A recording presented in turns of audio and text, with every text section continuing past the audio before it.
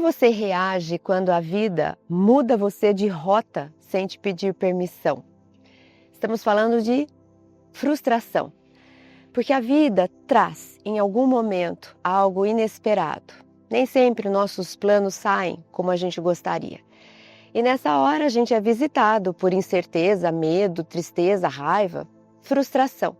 Nessa hora, você costuma reagir como?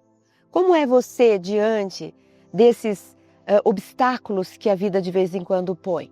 Ou quando uma rota se transforma em muitas possibilidades? Tem dois filósofos da antiguidade, os dois viveram mais ou menos na mesma época, 500 e poucos anos antes do Cristo. E eles eram opostos em termos de pensamento, mas muito interessantes os pensamentos de ambos.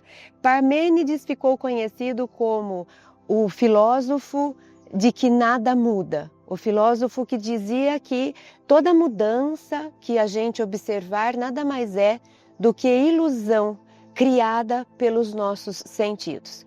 Ele dizia que as coisas não se modificam, elas são como são e elas não podem se modificar, senão abalaria a estrutura do universo, da vida, da natureza. Mas ao mesmo tempo ele tinha um amigo de profissão, outro filósofo, Heráclito, que ficou conhecido como o filósofo do que nada fica, tudo muda. Heráclito dizia, nada permanece, a vida, a natureza é uma constante mudança, nada se estabiliza. Ele é o autor daquela frase que a gente costuma falar, que ninguém entra no mesmo rio duas vezes, porque eu não sou a mesma pessoa, nem o rio, e nem o tempo, e nem nada.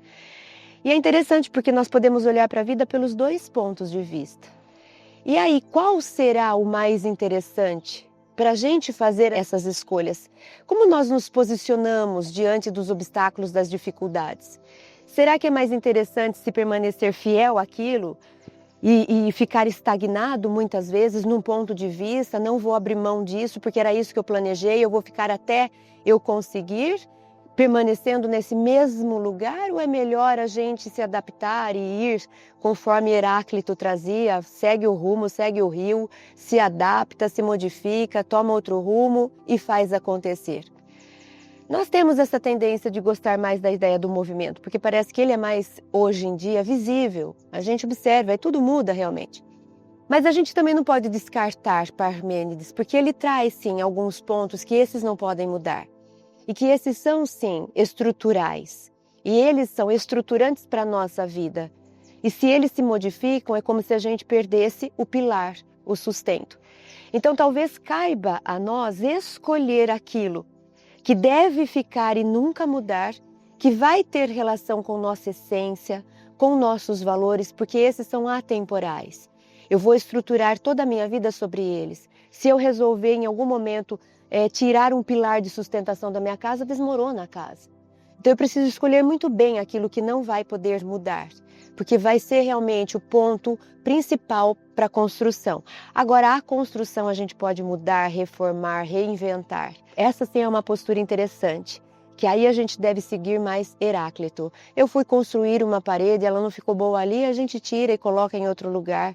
Eu tinha planejado uma vida para esse caminho, não está funcionando, não tem problema, a gente se readapta. O que eu não posso abrir mão é da essência, é do fundamento, é do que é pilar em minha vida. E isso cada um precisa colher, buscar, descobrir em si. Esses são inegociáveis.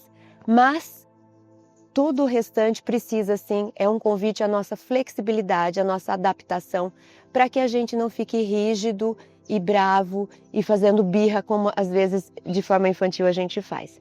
Então a gente vai aprender a aproveitar a vida naquilo que ela oferece. E a gente vai fazer, como a gente diz, muita limonada a partir dos limões que vão surgindo em nossa estrada. E eu termino com um poema de Clarice Lispector e ela diz: mude, mas comece devagar, porque a direção é mais importante que a velocidade.